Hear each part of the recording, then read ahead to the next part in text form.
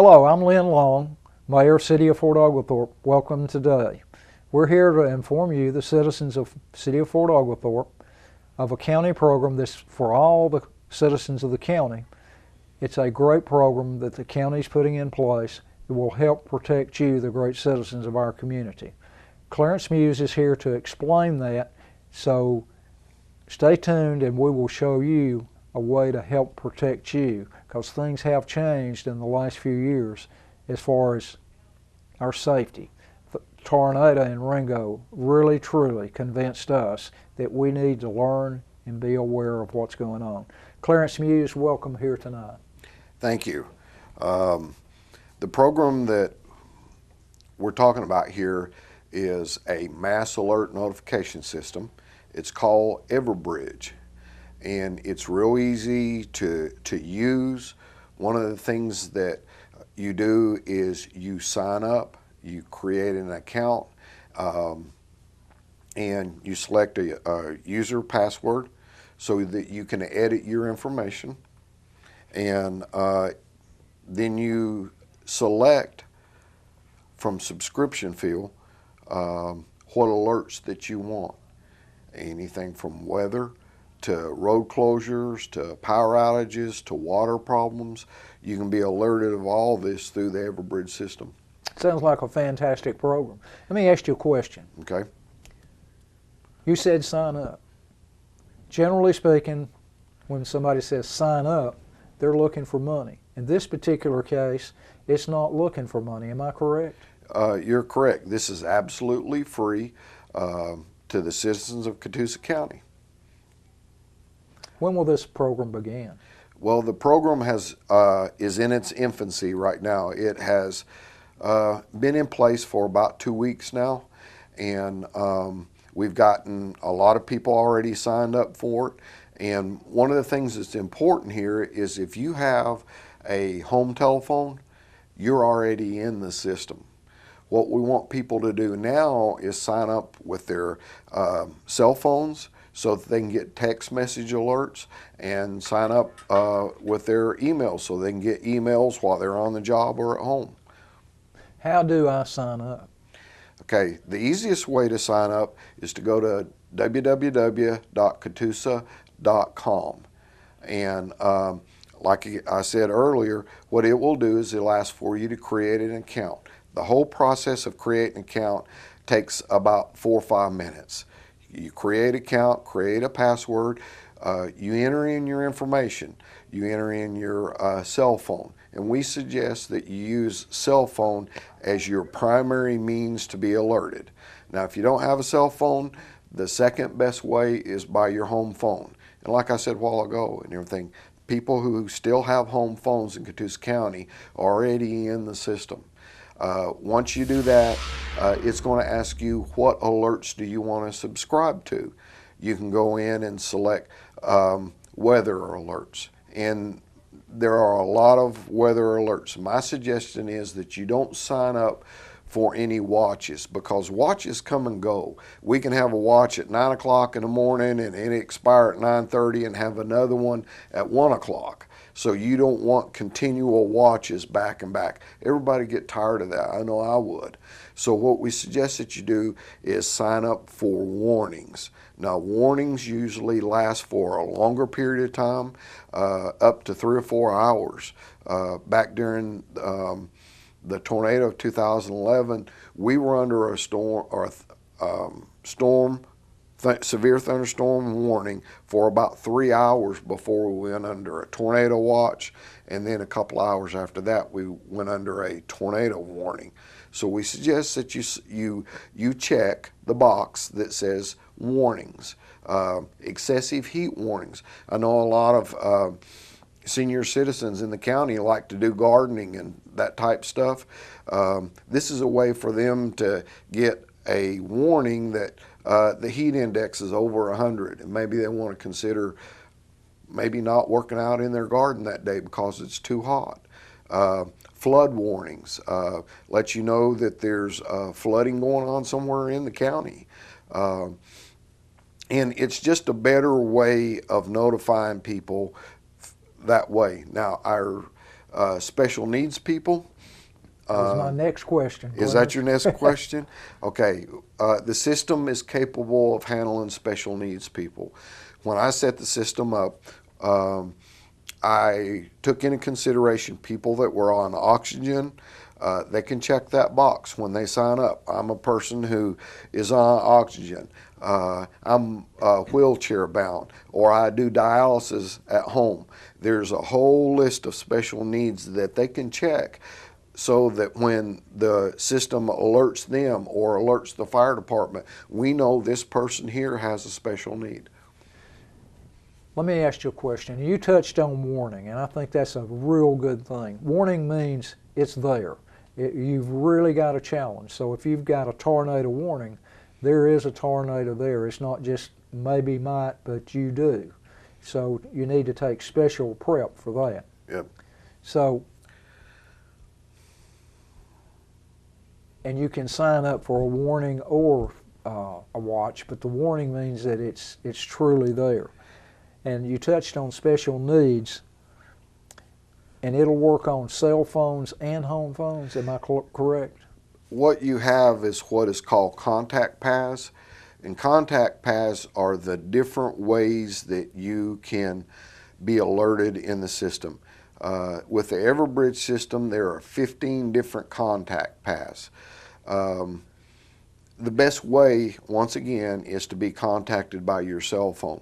And if you go in when you sign up as a member and you list your cell phone, your home phone, your office phone, and your email, what it does is it'll try to contact you by text message on your cell phone first. If there's no response, it'll go to the next contact path, which may be your email. If it gets no response there, it'll go to the next contact path until it reaches somebody in that contact path. Now, if it goes through all the contact paths, all the different phone numbers and all the different email addresses and everything, it will start over.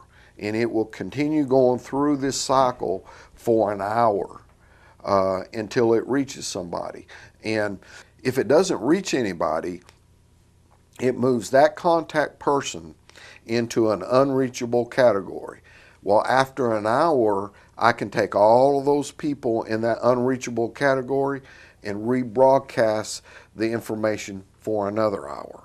So if I put it on my home phone and my cell phone, if I'm coming home from work and there's a storm warning or a flood warning, I'm going to be made aware of it on my way. So, for example, a flood and it says the bridge is washed out, I'm going to know that, and I can make a detour and get there. Absolutely. If I'm at home, I can't.